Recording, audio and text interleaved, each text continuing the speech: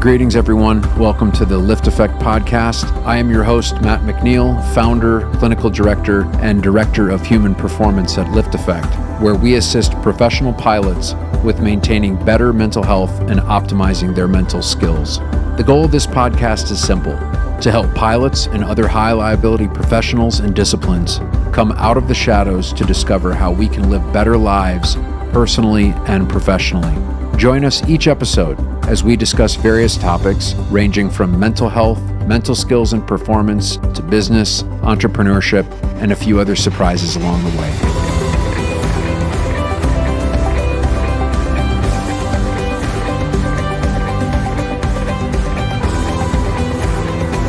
Welcome, ladies and gentlemen, to the LiftAffect podcast. I'm your host, Karl Keller, along with Matt McNeil, my ever trusty, I would like to call him the sidekick, but I think I'm the sidekick in this deal. How you doing, buddy? I'm good, man. I'm good. I'm ready to get this week done with.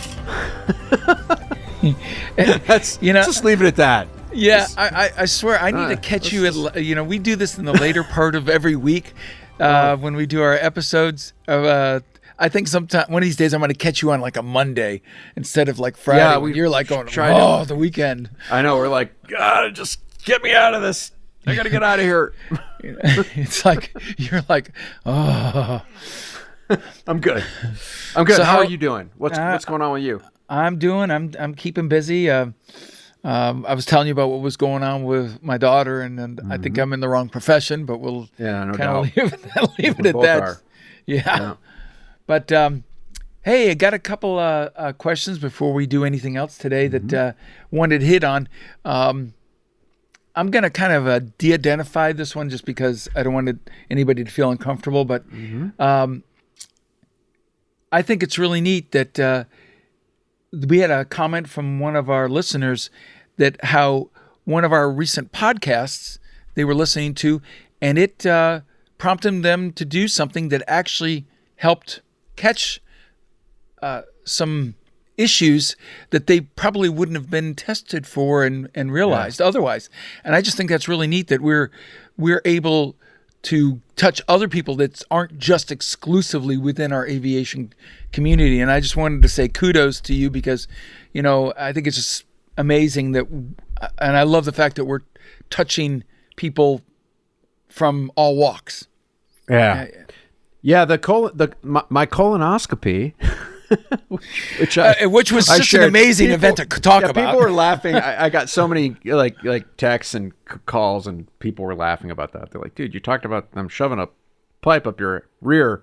I was like, "Yeah, but but the point is the whole healthcare avoidance thing." And it actually, we got several emails from pilots that said, and non-pilots also, that said, that kind of motivated me to go take care of some stuff that I've been kicking the can, down the road on. And one particular one, this person, that they found something that was problematic, and they're going to undergo treatment. And, basically the doctor said, "You're lucky that we caught this." So I was like, win, total success. I'm transparent. I don't mind sharing stuff about my crazy life. I don't care. But if it motivated, others to go take care of their business, I think that was the point of why we talked about it. So I'm just proud of everybody for choosing themselves first instead of their career or their own, their fear around it. You can work with fear. You can, but if you don't have your health, if you aren't the greatest asset in your life, you kind of don't have anything. I agree. When we, so much of our focus is on the mental aspect of issues, especially the mental health, and it's more like preventative to help you stay out of situations. But your physical health is just as important, preventative maintenance, if you want to say that, to head off issues before they become life-threatening or life-altering. So that's right. We're just the whole reason we started this podcast. So it's just, those are the kind of things that you go, wow, it makes it all worth it. Yep. Agreed. One of our listeners sent in another question that I don't know that we've really touched on before. And if we have, I don't think it was really a focus. It was more of a tangential thing. And I'll read it to you. Matt, it seems like you're quite busy with LiftAffect. Isn't that the truth? And all the other things you do. That was my ad lib. How do you keep things organized? Do you have any practical tips on maintaining and managing a busy schedule, accomplishing tasks, managing too many emails, personal problem of mine, etc.? Since I'm a commuter and pretty junior, my time at home is limited. I find that my time at home gets eaten up because of my disorganization, which results in getting done. It's true. It's amazing. Clutter can have, or disorganization can have such a adverse impact on us. What are your thoughts, big guy? So organization, that's a great question. I don't think we've ever really talked about. I think we have, systems. But it's only been little pieces here. Little pieces. Nothing chunks. directly about your, personal, within your personal life type thing. Yeah. Which these are things that I think this touches on. Yeah. Well, one is I farm out as much work as I possibly can. I tried, things that I can't do. I have somebody else try to do those things for me. Like, so in my personal life, an example would be like landscaping. I don't do that stuff because the time that it takes isn't worth the squeeze, if you will. So it's cheaper for me to just have somebody else do those things. I don't change the oil in my own car. Okay. It's not because I don't like to. I love wrenching on cars, but my time is, what I've done is I've calculated, and it's not just about money. Okay. That's not the point of this, but your time is worth something.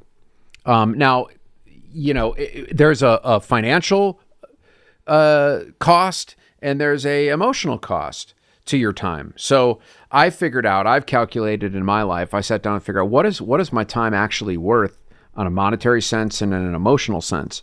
And I've created, I know what that amount is. And so I look at the task and I say, is it economical, emotionally and fiscally for me to do this? Or is there a more benefit for me to be able to just do other things instead of doing those things? So I think starting to figure out what your time is actually worth, excuse me, is a good place to start. Your time is there's a value to your time. Now, like I have people that work with me that take care of a lot of the things that honestly they're better at than me, and they've got the time, and it's more economical to do. So don't be afraid to farm work out. But let's get into. I mean, don't you agree, Karl? I do. I got to be careful with that people do better than me, because then I wouldn't be doing anything, because I struggle with that. Right. I wanted to add one thought that from a different perspective, and you talk about. I absolutely agree. The most valuable and precious thing you have is time. It's finite. Yep. You can't get any more than you've got, and there is a cost, financial, like you say, financially, emotionally, and I also say, and I haven't found a neat way to say it, freedom, because when you're tethered to that minutia, you're unable to do other things. It's like it just consumes up that time with all these little trivial tasks. So you have to figure out, is my lack of freedom to do other things so important that I have to do this now that it makes sense. Like I said, you may put that too emotionally, but I kind of look at being with my family and doing things with them, and I'm sitting here working on looking through my emails is not. That's kind of, I've limited my freedom, and that's the whole reason why I do some of the things I do. Yeah, for sure. So, okay, so let's get into some basic organizational things. They sometimes are referred to as a second brain. What is a platform where you store all your stuff? I use Evernote. I've used Evernote for a decade. Very heavily invested into Evernote. Evernote is where everything. And I have two Evernote accounts. I've got one for LiftAffect, one for personal, and actually there's one for Matt and Karl Associates as well. But like, there's two Evernotes. Everything related to like in my personal Evernote, my driver's license, my medical records, my car insurance, all of my credit card information, everything, marriage certificates, birth certificates, social security cards, copies of all this stuff, everything goes into Evernote. Any idea that goes through my mind, when I take notes on books, it all goes into Evernote. And it's all organized. So everything I have is in Evernote. And people are like, oh, I don't trust the cloud. Seriously, get over it. Everything is on the cloud now. Okay, so the cloud isn't going away. You want to keep everything in a file, that's fine. But the cloud is where everything is at. And pretty soon computers, their operating systems are going to be stored on the cloud as well. So the cloud is here. Do I trust the cloud? I actually do. I think the cloud is fine. I mean, because could there be hacks and security breaches? Yes, there could. That's just the way it is. But every time you use your credit card, every time you make a phone on your cell phone call, that is going into a cloud. So just let's be realistic about this. I'm sure I'm going to get emails from cybersecurity people. Actually, cybersecurity people, I have a couple, I've had clients that were cybersecurity people, and they said, yeah, it's secure. I mean, there's lots of checks and balances for that. But anyway, everything goes into Evernote. One of the files I have in my Evernote is called my master organizer. And my admin has access to this. Is for like LiftAffect. My admin support, operation support, Brianne, she has access to this. My wife has access to this. They plug things in, and I plug things into my master organizer. So what does my master organizer on this say? Well, there is a few categories. There is next actions. That's the first category. There is waiting for. That's the second category. The third category is someday, maybe. And the fourth category is agenda. And then I've got several categories underneath all of that, subcategories, which are projects. And then I've got like LiftAffect, the V1 project, MCM, things like that. Then there's goals, 10-year, quarterly, OKRs, objective key results, and then there's review. There's daily and weekly.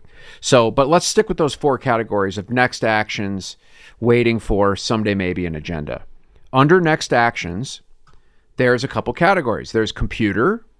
These are things that I have to use a computer for to complete that action. There is calls and texts. These are things that I can use my phone for. And then there's outside and there's home. So I combine everything, right? My personal life, work life, it just gets put into one big file system.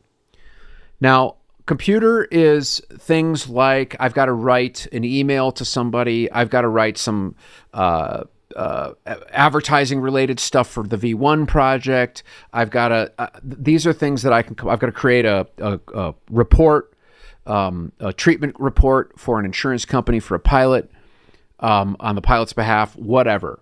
I've got to send a fax. That's all done with the computer. So that goes under the computer. The phone and text is pretty self-explanatory, right? I got to call my accountant, Wayne, to change the credit card on file. I've got to call at the car dealer. I've got to call my mechanic back. My car's in the shop. Great. Awesome. It's like a month old. Super cool. I got to call them back. Then there's outside, which is pick up tomatoes and lettuce at Whole Foods, or, go to King Soopers and grab, bottled water, whatever, things that I've got to do outside. And then there's home, which is I need to find a new house cleaner. Yes, I don't clean my house. It's not worth my time. It's too, somebody's going to do it a lot better, a lot more efficiently than me. So I've got to do that. That's my home stuff. So that's what is next actions. That means I got to kind of get on this at some point. This is things that are waiting to be done. Waiting for is usually something that I've requested of somebody else. This is the second category, waiting for. So, and I put who is it, what is the requested action, and what is the date.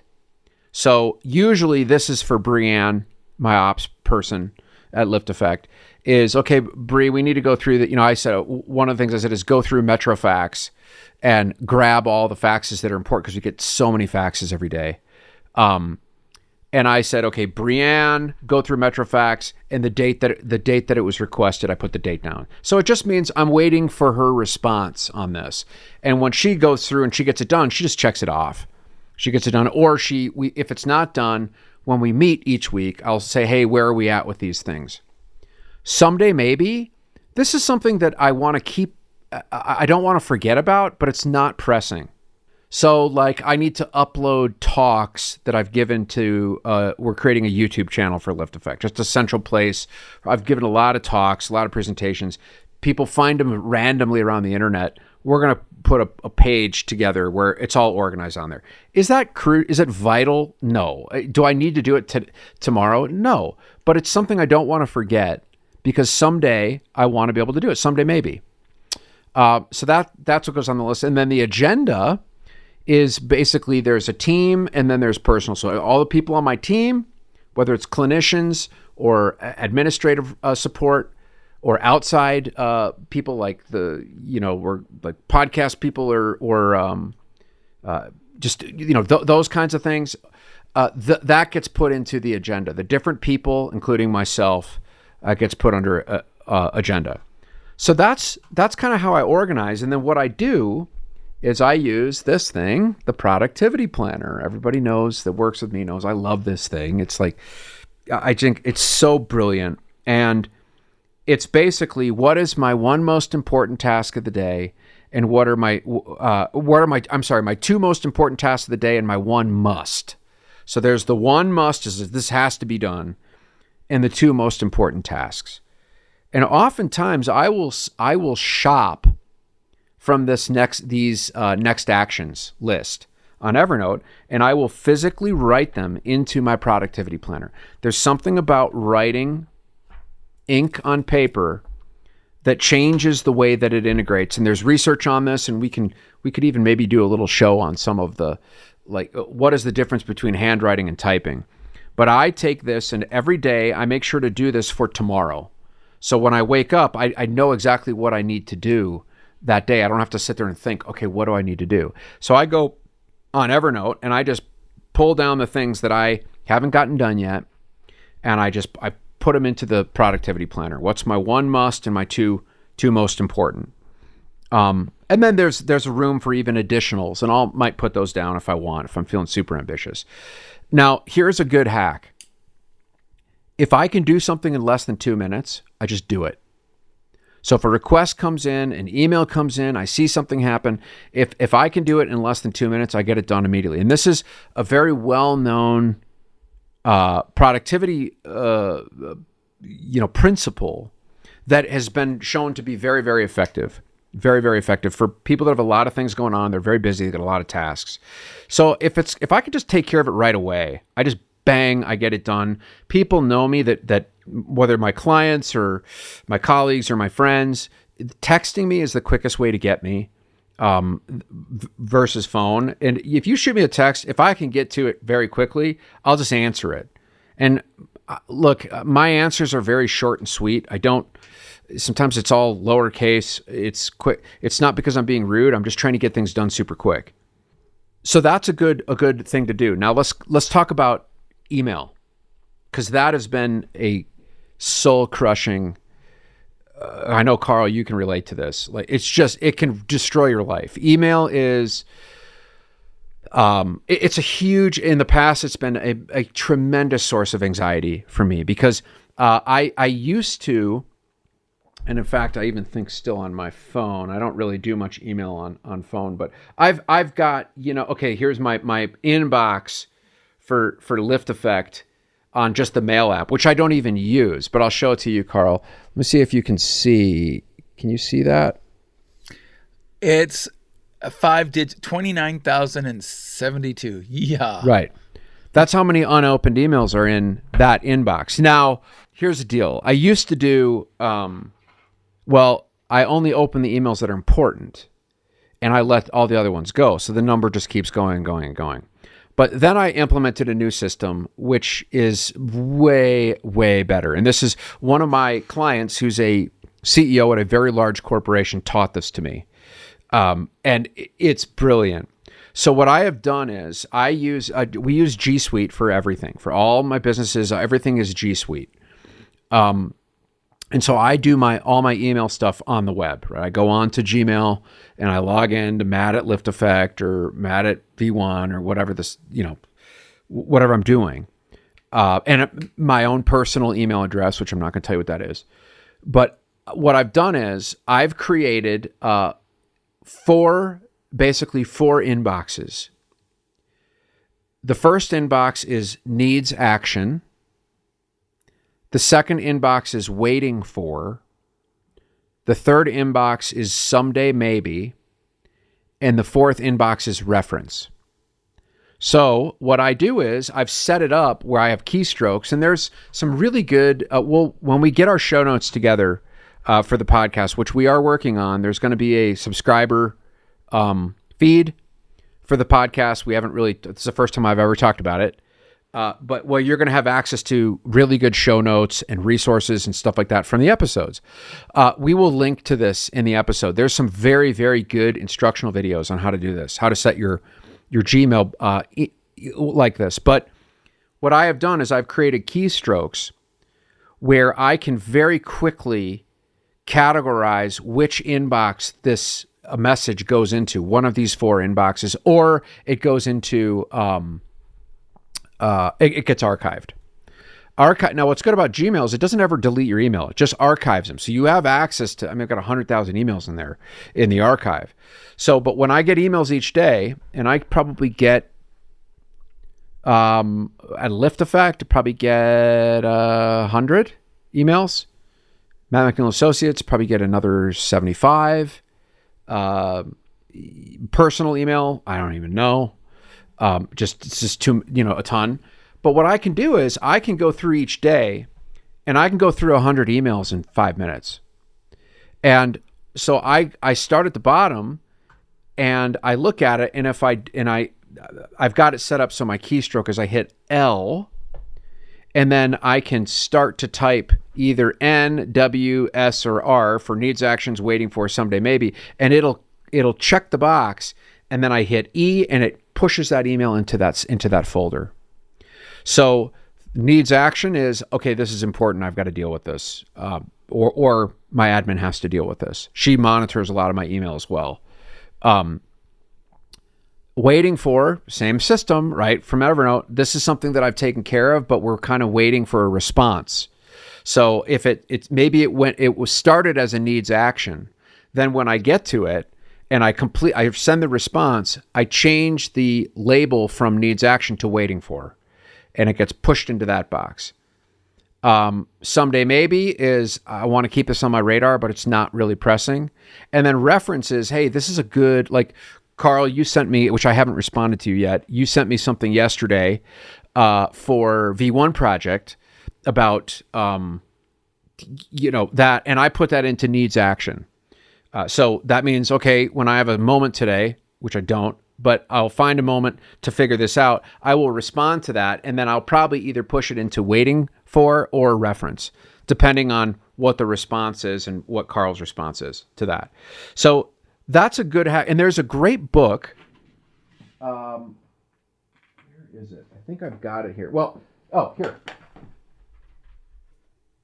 This is kind of the Bible in terms of productivity. There's a book called Getting Things Done by David Allen. I don't know of an executive that doesn't use this system. It was written in, let me see, when was the first edition? This was written in 2001. And he's updated in 2003. The latest edition was 2015. It's kind of evolved as technology has evolved. But this is based on science and neuroscience and how, behavioral science and productivity.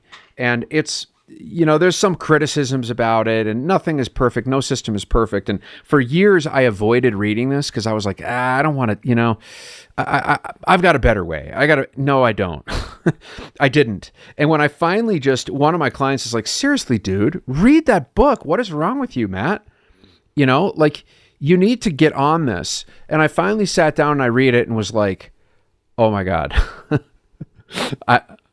I've been wrong the whole time. You know, say it's not so. Say it's not so. Say it's not so. So I've really used this, and I've adapted some things to kind of fit my ecosystem. But I think the point is we've talked about it in the last a couple podcasts ago, is channel capacity. We can only think of really one thing at a time, and having buckets to put everything, not across multiple platforms. Like, you know, people have Google Drive and they've got stuff on, you know, Evernote and some in Notion and some of it's like, you've got to have a place to put everything in one bin, one place, and then come up with a few basic file systems. And what I love about, you know, like for the email, needs action, waiting for, someday maybe, and reference, that is going to cover every single email that comes across your plate, or it gets pushed into archive. I mean, there isn't something that's not going to fit in there. And the kiss of death is when you have too many little subcategories of things and like way too many file folders. It's better to just create, because of channel capacity, like 4 or 1. And then what I love about the productivity planner is it's like, I've got my 1 must, my 2 secondary, and then my 2 additional. I mean, that's 5 things. That's about it. And I'm lucky if I can get 3 things, I have crushed it. But I've got the 1 must. And just being able to just say, okay, I put 1 point on the board by getting the 1 must repeatedly over time, that just instills better self-esteem. You feel more productive. You don't feel like it starts to quell overwhelm, and it allows you to have a little bit more willpower to stay engaged in doing the right things at the right time. That begs a couple questions. One, as an example, is what's in your productivity planner also in Evernote, or are they? And if it is in Evernote, yeah, good question. Yep. When it's done, what do you do with it? Do you delete it like it never occurred? Do you archive? Yeah. What do you do with it? Yeah, that's the first question. Evernote is digital, and so Evernote is, again, like let's next actions and then computer. I'm looking at mine right now. I got to cancel a PO box. I've got profit acceleration stuff, super bills for a couple clients. I got to write some scripting for V1. I've got to write some scripting for LiftAffect. I've got to. Bree put this in. Please review and finalize Evernote page title wording for episode descriptions. Okay. I've got to create a couple of email addresses for the V1 project. I've got to send a director of flight ops an email. I've got to license some things. I've got to create a Loom. I've got all these things. When these are done, they get checked off. I click a little box and it puts a line through it. And then what Brianne does is she goes through and cleans it up. So the things that have lines through, she goes through and deletes.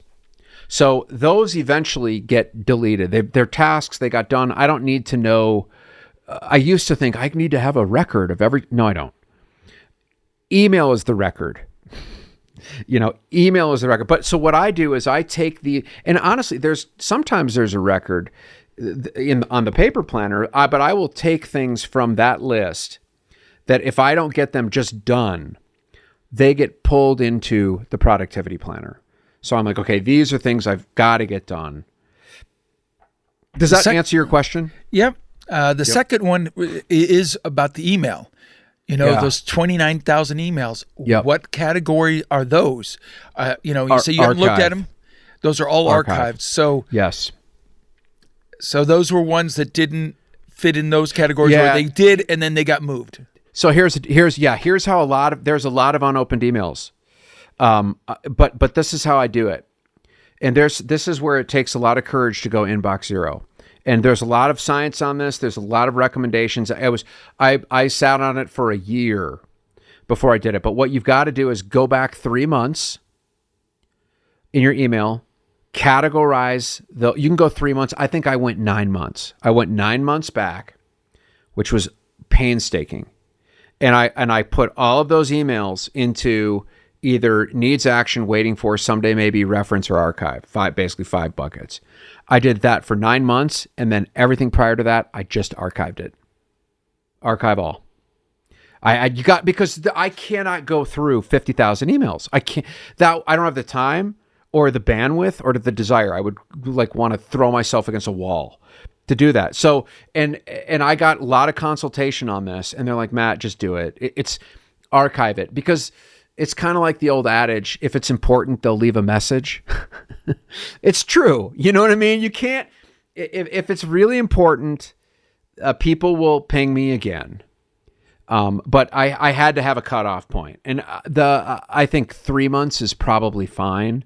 If you just go back 3 months, start from there, archive all the stuff into the right boxes, and then everything prior to that, just push it all to Apple all, archive, and then it's like boom, your inbox is 0, and that is a wonderful moment of freedom and clarity, and yeah. I highly recommend it. And this is really, using, and there's a lot of guys out on the internet that are productivity experts and that have done some really pretty amazing work on this. And we'll try to, like I said, we'll link to some good stuff on there. There's people that go through the process and show you how to set it up. And it's a really freeing thing. And again, just for the listeners, what was the name of the book and author? Oh, the book is called Getting Things Done, The Art of Stress-Free Productivity by David Allen. David Allen. Cool. Very well-known book. Good. I cannot recommend it enough. I think it's worth your time. If you're interested in productivity and you got a lot of, you just got a lot of things going on, I highly recommend it. I got one other comment to throw in, because I know I can almost see some of the listener comments going, hey, that's great that you have someone to help you. I don't have a business. Right. And what I could tell you right now in today's world, excuse me, virtual assistants. Yes, you've got a lot more experience with that than I do. Why don't you talk about, can you talk about VAs a little bit, Karl? Sure. Virtual assistants are basically what they are. They're assistants. They assist you, but they're virtual. They're not physically co-located with you. They may be in another country or another continent. I've had the ones I've used have been in the Philippines, and the reason is highly educated, have a good command of the English language, and they work 12 hours out, and it's very common over there. It's an industry. So even though they're 12 hours out, they'll work during your timeline if you need to. And the great thing about it is, it sounds like we're taking advantage of them, but the cost is such that you're paying to them a great wage. And for you, it's something that's affordable. And I don't want to get into all the numbers. I mean, if we want to do that at a later date, we can. But I will tell you that once they understand what it is you want them to do, and you have to kind of set the ground rules, you have to take a little bit of time. Probably the hardest thing is making sure you get the right assistant. Right. You have to kind of vet them and make sure that they truly do have a good command. You can use Zoom, you can use Skype, you can use whatever to make sure that because some of the things, like you said, hey, I need to cancel this. I need to set up this appointment. Once they know what you want with VoIP, they can make the phone call for you.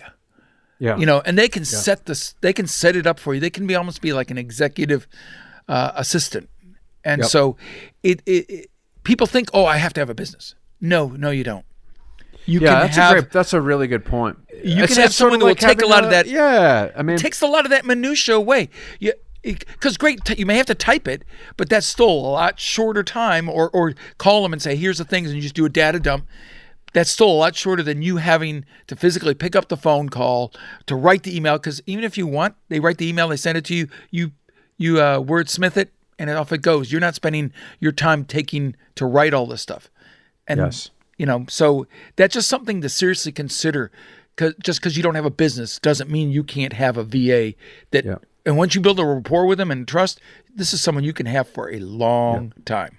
Yeah, that's a great. I love it. I love it, and I think I view that almost the same thing as like, having meals prepared for you if you're just super busy and you want to be able to eat healthy, or having a landscaper come and do a much better job so it frees you up to spend time with your kids or whatever it is that you're doing.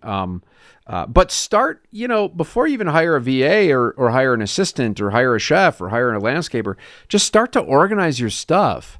I mean, get a central location to get all those little scraps of paper and all those piles of crap everywhere, and start to get a system down of where to put things. And if you do anything more than 4 buckets, your channel capacity is exceeded and you'll just quit on it. So keep it super simple. Categorize what you need to do, and then once you've got everything organized, figure out what's the most important task and if you're a pilot and you're home for the week or home for a few days, you really need to prioritize what you need to get done, because you're only home for a limited amount of time before you got to go back out. So you need this more than pilots say, well, Matt, I'm just a pilot. I don't have a small business on the side. I don't need to organize anything. It's like, yeah, but your time at home is limited. So you need to organize your time probably more than anybody does. So it really behooves you to figure out what's your one must, your 2 most important.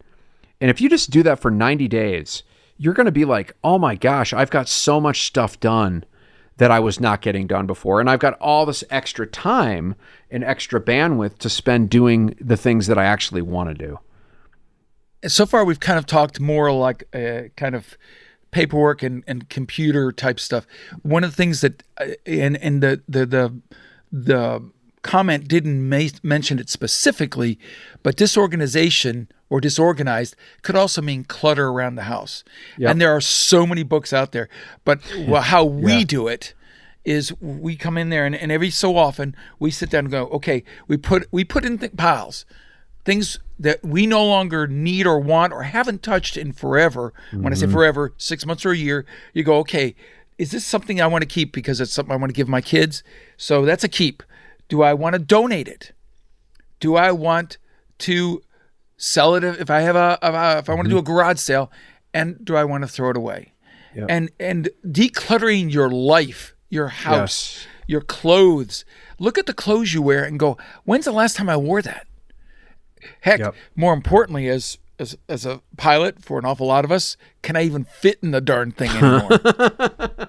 You better. You need to go to the gym. I mean, I agree. You just start with.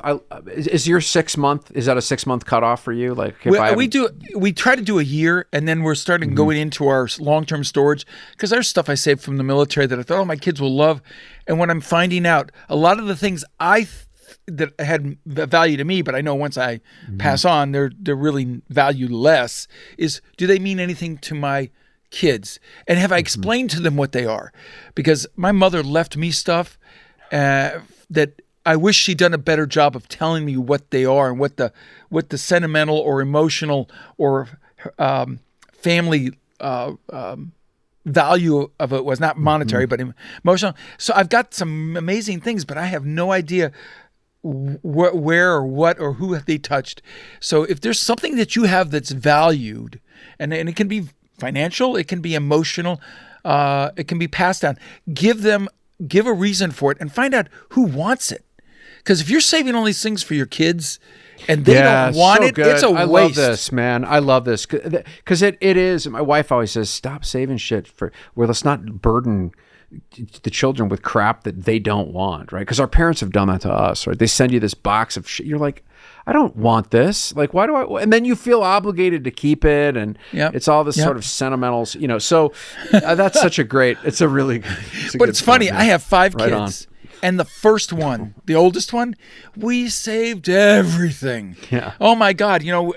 Everything when he brought it home from school, we saved it. It's like, and it's amazing. I can watch the level of stuff that that we save of each kid. It's gone down. So you would think my 5th kid, I hate him, because I don't save anything. Yeah. Exactly. Well, but we save. What's your name again? Yeah. The things I tell you, the things we save are when they put their handprint down. or the footprint or something that you go, wow. And I think those are the things, but so much of the stuff in the homework and stuff, and great, they got 100.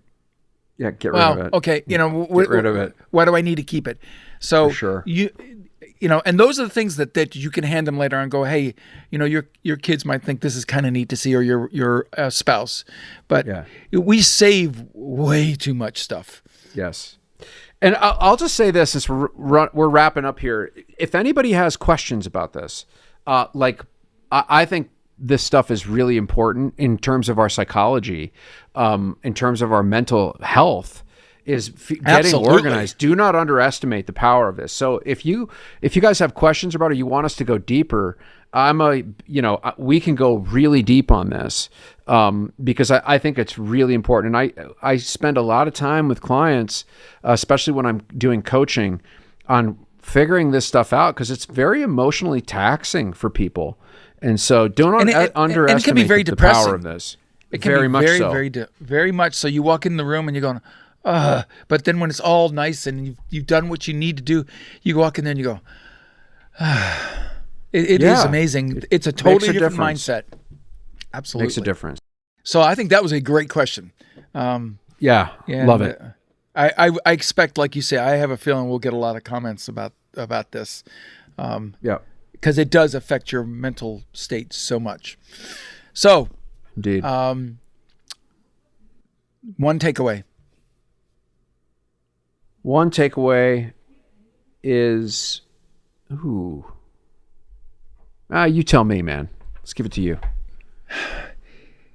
I feel like part of it would really come down to, and there's so many things that I could touch on, but I think the one thing that you said that I guess I hadn't really thought about is the things that you need to address, have them in one spot. Because when you start going to 4, 5, 6 different places, that in itself is almost mind-numbing. And each one is slightly different. They have different input and output requirements. Pick something that works for you. And it can be, Matt's got his productivity planner. If you just have an Excel spreadsheet or a Word document that you religiously use, that's where you put everything. Then if that allows you to consolidate in one area, that's a huge step forward. Put things together in one area so you're not having to hunt and peck and go, I know it's here somewhere. Where did I put it? Which place is it in? That's frustrating when you know you have it, but you have no idea where it is. That would be my one takeaway. Agreed. So, my friend, we've come to another end of our podcast sojourn and journey. As always, we will ask our listeners, smash the like button, leave a review, tell your friends. We so appreciate our audience, and we want to reach others. And like some things that we wouldn't think we would be talking about, or people's lives who we might touch in whatever way, would never have known about us otherwise. So we are so grateful to all of you. If you have any questions, comments, good or bad, we'll take them both. It's podcast@LiftAffect.com. From me, thanks for everything, and we really, truly do appreciate you. Matt, last word. I appreciate people listening in, and the comments we've gotten and the support that we're getting is just awesome. I'm really proud of what we're doing, and I'm proud of people's participation, and it means the world to both of us. So appreciate it, and subscribe. That's all I can say. Have a good week.